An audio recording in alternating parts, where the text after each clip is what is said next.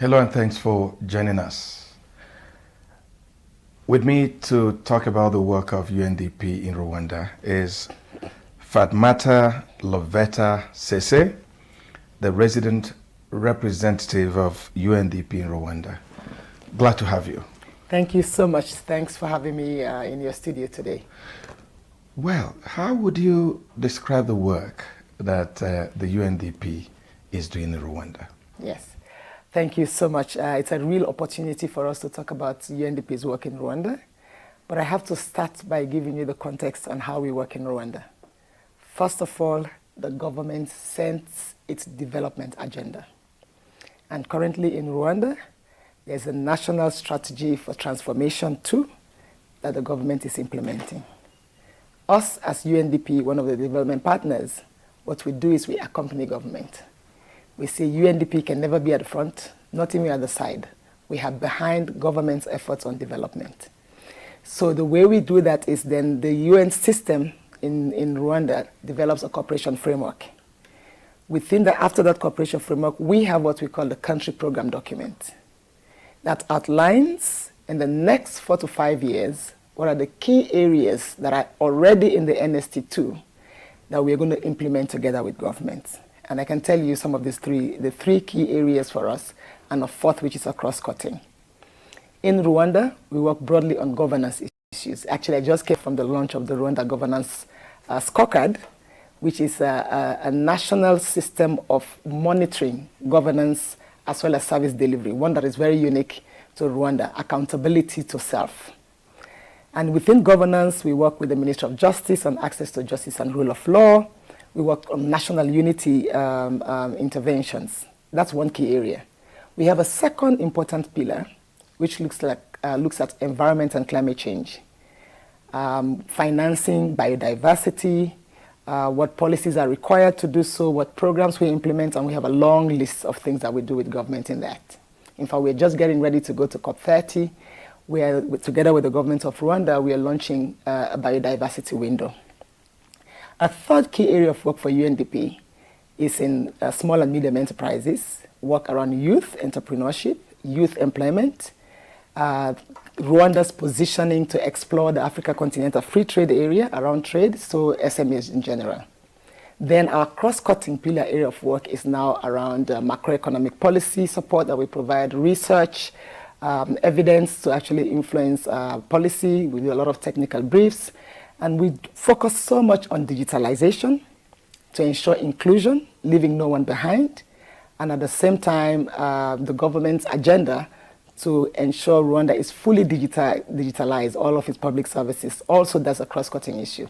Gender equality is another area that we work in, and very recently, we just ensured that within the Rwanda Standards Board, the gender standards are being incorporated, and a number of companies, private companies and one government institution, was actually awarded seal, the gender seal. So gender equality is also another area of work.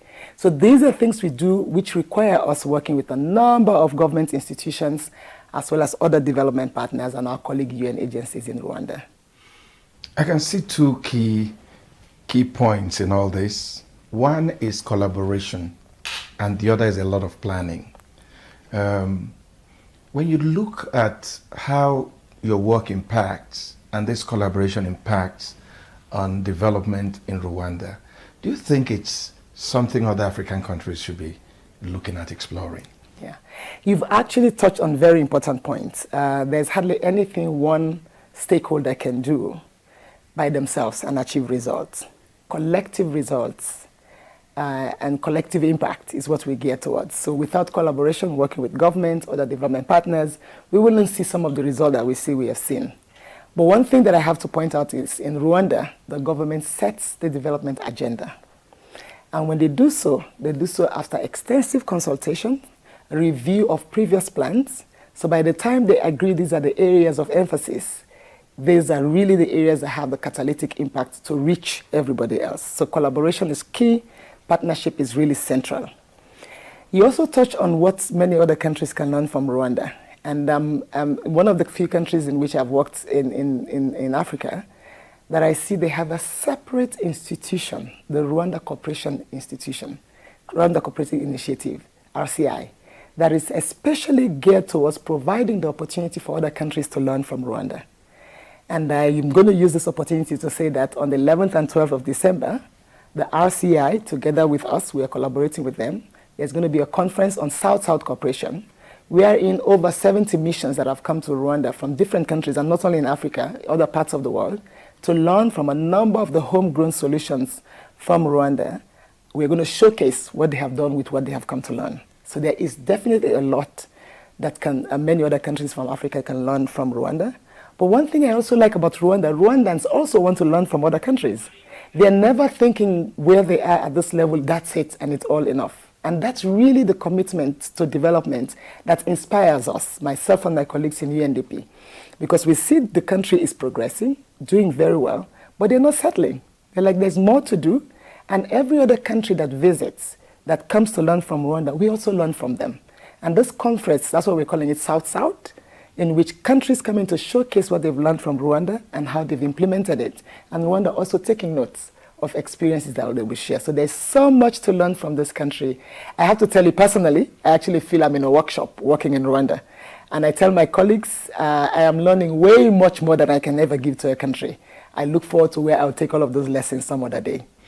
You know, one of the things you said that makes a whole lot of sense to me, you've said that more than 2 times in this interview, that Rwanda determines the areas and what they want to do in terms of development, which is absent in a lot of developing countries, where they leave everything to donors, agencies to come with their own solutions and come with what they think is the need of the country. How does this kind of posture, how does it help a developing country? Yes. No, you've asked a question that requires us taking a step back to reflect on where Rwanda is coming from. Even in our own individual lives, in our households, you go through a certain experience. Say, for example, children lose a parent. There are 2 options and 2 ways often where they respond. Either they become completely despondent and give up in life and think all is lost, there's nothing I can do, I don't have my parents. Some other children become so determined that I know what my parents would have wanted me to be, and I'm going to be that. Rwanda went through a dark moment on the genocide against the Tutsis. That experience, in my opinion, from what I've seen for the 1.5 years that I'm working here, has made this country so resolute never to go back, has made this country so resolute, the country and its people and the government, so resolute to do everything to prove that small in size does not mean you cannot have big ideas and achieve them. So many countries, and you don't have to have an experience similar to Rwanda to have that resolution. There's just a commitment to say a better life is what we also want for ourselves, and we can pursue that life. So that history has made them so determined, so resilient. And within that, one thing that I really also admire is we believe in cooperation, we believe in multilateralism, and this is what I'm interpreting from Rwanda. We believe we can learn a lot of lessons from others, but we are not waiting. We will set our agenda, meet us along the way, and you work with us. And I'm really glad, myself and my colleagues in the UNDP Rwanda office, we have seen that determination, that commitment, that resolve. And we are so committed to work with government to show indeed that what is possible in partnership.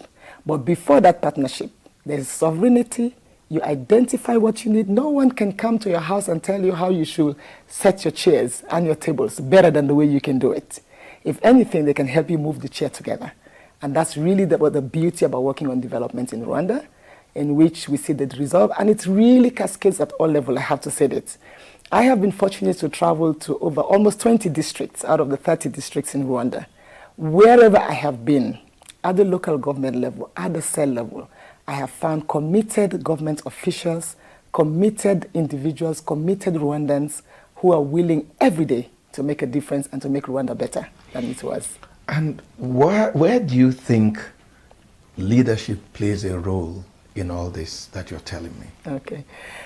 I'm going to hope you're not going to ask me a question that gets into anything deeper, but we know that we say that often that, and the only thing I'm going to say is, yes, leadership is important in everything that we do.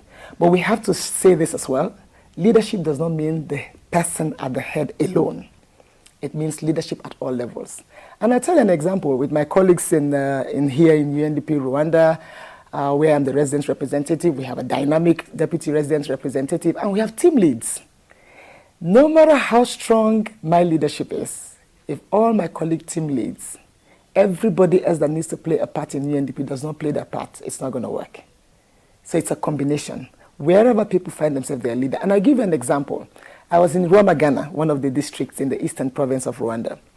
And in the evening, I was just taking a walk. I saw this beautiful government building. It has electricity. It was clean and neat. I know where I'm coming from. Then I decided to take a picture. I'm like, wow, I just want to see. It's so impressive. You leave the city, Kigali, you go to the eastern province. It's all clean and beautiful. I wanted to take a picture. And I did. And then the security guard comes to me, walks up to me and says, why are you taking a picture without permission? I was like, wow, I'm so sorry. I apologize. And so on. I'm like, what do you want me to do? Do you want me to delete the picture? And so I was like, no, I just needed you to at least request my permission. I was so impressed with that single act because it means that's his area he's guarding. He has authority over that area. Nobody comes and just trespasses. So that's the kind of commitment. When I say there's commitment to accountability, to owning for results, for being responsible in the area where that's leadership, in my opinion. So, and that's what you find in Rwanda. Yes, leadership at the top is committed and devoted and really wants a better life for everyone else. And we can see that in the results. I was going to go into the poverty figures. You can see that in the results. But in addition, every other Rwandan that I've interacted with really takes responsibility.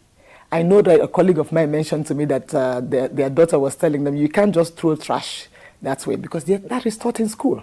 Cleanliness is taught in school. And it's leadership at all levels, and that's really what we see here. Institutions. I have just been impressed with the commitment of ministers in this country. You don't struggle to meet ministers, especially when it has something to do with their work. Ready and willing. That's leadership.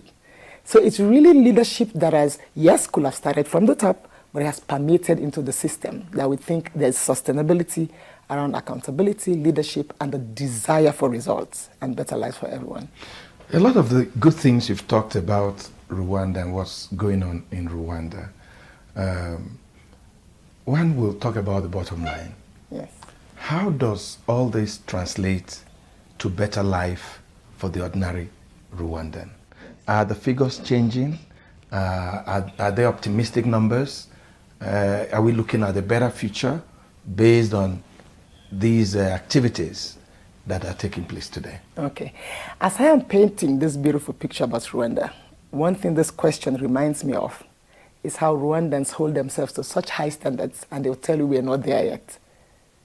So they are aware there are challenges that needs to be addressed, for example, in human capital building, in education, not only pass rates, not only enrollment, but the quality of education. So there are discussions around what needs to improve here and there. And that's also something that is admirable. Like many want to learn from me, but you're saying we're not there yet, we can't settle. I met a Rwandan recently, I was in Kenya, and we were talking about digitalization and the AI and rolling and so on, and there's actually an article that mentioned 4 countries in Africa that are leading in that direction, which is South Africa, Kenya, Rwanda, and Nigeria. And there was like, but we're not there, and this Rwandan was telling me. I'm like, I really like when I see that. Because for many other countries, we think Rwanda is making such progress, and that's true by many standards. But at the same time, you say we can't settle. We have other countries that have something that we don't have, and we really want to get there. So that's really the Rwanda that we're painting. So I'm saying, how do we see this is translating? There is a recent figure, EICV7, which is the household poverty data that was collected, and an analysis made to document what is the poverty rate currently in Rwanda. This was done together with the World Bank, the National Institutes of Statistics, NISR, produced the data, and it shows that between 2018 to 2024, poverty figures have declined from 38% to 27.4%. That's about 11 percentage point poverty rate decline in about, 6 years. That's a clear result that shows that what we see is really translating and trickling. And today I actually just learned, in fact, 27.4% was not the target that they wanted to reduce poverty within this time period. It was even 17%. I was like, wow, a country holding itself accountable to even, yes, we celebrate our success and the progress we've made, but we have a long way to go. So we see it translated, but also within those poverty figures, there are realities that are a little bit masked. It's not the same in urban areas as well as in rural areas. So we see a lot of emphasis from the government to work in the rural areas to actually leave no one behind. So yes, in my opinion, and the time that we've been here and the work we're doing together with my colleagues and UNDP Rwanda, we see that progress has been made, and there's definitely translation of that development progress to getting life better for people. There's a way to go, but progress can be definitely commended. I really wish we had a lot of time, because I'm really excited about the things I'm hearing. But there's one signature initiative that UNDP is participating in, actually driving. And that's what you've called the Timbuktu Pan-African Initiative. Yes. Tell me about that. I actually saved the best for the last. I'm glad you asked me about Timbuktu, because it's something not only close to my heart, but very close and dear to the heart of our leadership of UNDP globally, as well as our leadership in UNDP Africa, Madam Ahuna Iziakunwa. And this is a flagship initiative for UNDP, and it's recognized as such. We can describe it in simple ways. There are startups in Africa, many of them rising but falling even before they can grow, because they don't see the light, they don't get access to capital. It's about youth. We talk about the youth bulge on the continent all the time, and how if we harness that, a lot can be better for many countries. About innovation. Who are the most innovative population group in our times other than youth? So Timbuktu is about, let's put our youth to work. Let's use their innovative energy. Let's ensure capital meets them with their ideas so that they can grow their economies. Youth are already playing a great role, but this is about enhancing and shining a brighter light on what they do. Timbuktu is in 3 stages. We have the Unipods. I'm hoping you visited the Unipod, or you plan to visit the Unipod to include this in this interview, which is harnessing the university students' potential. Many of us go to universities and study subjects maybe that our parents liked more than what we liked, but we have passions and we have dreams and we have innovations that is not even the same thing we're studying. But through the Timbuktu initiative of UNDP, we've been able to create an opportunity and a space where students can come and try out their ideas in creative industry, whether they're singing or play music, or they can come and try out their ideas in tailoring. They can come and try out their ideas in how mechanics of especially electric-powered vehicles. They can try out their ideas in agriculture, hydroponics. They have a space that they can come in a free time, and any student, not even only from the University of Rwanda where we have the Unipod, but others can come and learn. And I know there's a student in the University of Rwanda now enrolled who was never a student before, but had come there to do video gaming and so on. And he's been able to do a virtual reality visit that the university has even given him an acceptance to be there. Many more are creating so many things that through the Timbuktu initiative, we are hoping to take these to the market. There's a second level of the initiative, which are thematic hubs. And we have 10 of these thematic hubs across Africa. I'm going to start with Rwanda, where we have the Health Tech Hub. In Nigeria, we have the FinTech Hub. And in Kenya, we have the Green Tech Hub around climate change. In Zambia, our colleagues are working on Mindtech. In Ethiopia, on Manufacturing Hub. And many more, 5 others. In each of these hubs, when we have a student in a Unipod who creates something that is around health, they get connected to the Health Tech Hub. And then we have the Timbuktu Foundation that is then doing the bigger talks and discussions with private sector, venture capitalists, who now, after we've done the incubation of these programs from the Unipod to the thematic hubs, can now really increase their potential for access to market and actually help them mobilize the capital that is needed. So it's a revolution, that's how we're calling it. Mm-hmm. With a 10-year plan to mobilize $1 billion of capital and take a number of these startups to scale across the continent. It's new, it started, it's 2 or 3 years ago. But we are really beginning to see the fruits of it and the potentials of it on the continent. And I just want to mention one of the startups that we worked with at the Health Tech Hub. It's a Rwandan-based company, a young man who has actually developed or worked on a robot that collects vital signs. So you step on the robot, and it collects your heart rate, your pressure level, and so on, without you having an interaction with a health practitioner. That is itself, in the period of pandemics, we know what happened in COVID and the fear of going to the hospital. That already is an innovation. And there's a lot of interest already. When he does that, he's able to collect health data, so that the Rwanda Health Data Center is already collaborating with him, so that that data can be sent. So you see how one idea of a young man who has started doing robots could never have come to light if UNDP's Timbuktu initiative had not taken this individual and his business, giving him a training, and that's some of the things that we do, both business skills, how to develop and how to pitch on the businesses, and how to increase and get to scale. And now we're just looking forward to one of the banks, hopefully, that will be financing this gentleman and his business.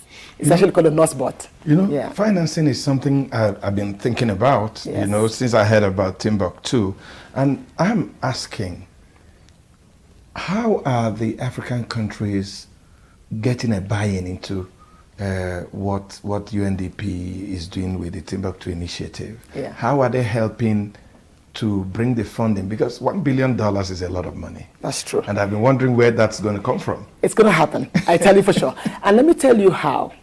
And the only way I can explain the how is the example of the president of Rwanda, His Excellency Paul Kagame, who has already set aside $3 million for this Timbuktu initiative. We are looking forward to many other presidents saying, UNDP, we believe in this idea of investing in youth. We believe in this idea of taking their businesses to scale. We believe in our youth. Through you, with you, together, we can actually do that investment. The journey of 1,000 steps begins with one very first step. The government of Rwanda is doing that. I'm sure through your channel, many other governments in Africa will hear about this, and they will see the potential that this holds for their countries as well as for the continent. Okay. When you live here, yes, eventually. Unfortunately, yes.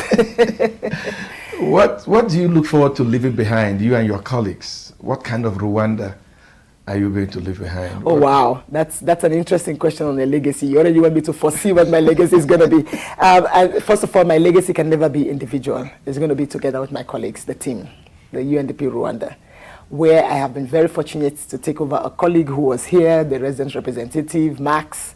Did a great job, fantastic job, great team. So I'm actually riding, I always say I'm riding on his glory at the same time. So I also want to be able to leave an office that is really considered by the government as one of its key development partners, because of the expertise that we bring to the table, because of the planning that we do, and because of concrete examples of pilots that they can take to scale. So we want to leave a UNDP Rwanda, a Rwanda that is currently at 7.88% of GDP growth, to a Rwanda that is 13%, 14% GDP growth. And that's because this country has set a target. I don't even call it an ambitious target. Has set itself a target of reaching upper middle income country by 2035, which is in 10 years. So we and myself and my colleagues, we're working earnestly to see how do we accompany governments to reach that ambition. And that's the kind of government, that's the kind of country, and that's the kind of UNDP that I think I would like to lead. That we can proudly say we worked together with the government of Rwanda in those years of that target, and this is how far, together with our journey, that they got to. A very tall order. Yes. But one that I think is very achievable. Thank you. Thank you so much. It was a real pleasure. It was a real pleasure. Well, I've been speaking with Fatmata Lovetta Sesay, resident rep of UNDP in Rwanda. I'm Vin Martin Obiora Ilo. Thanks for joining us. We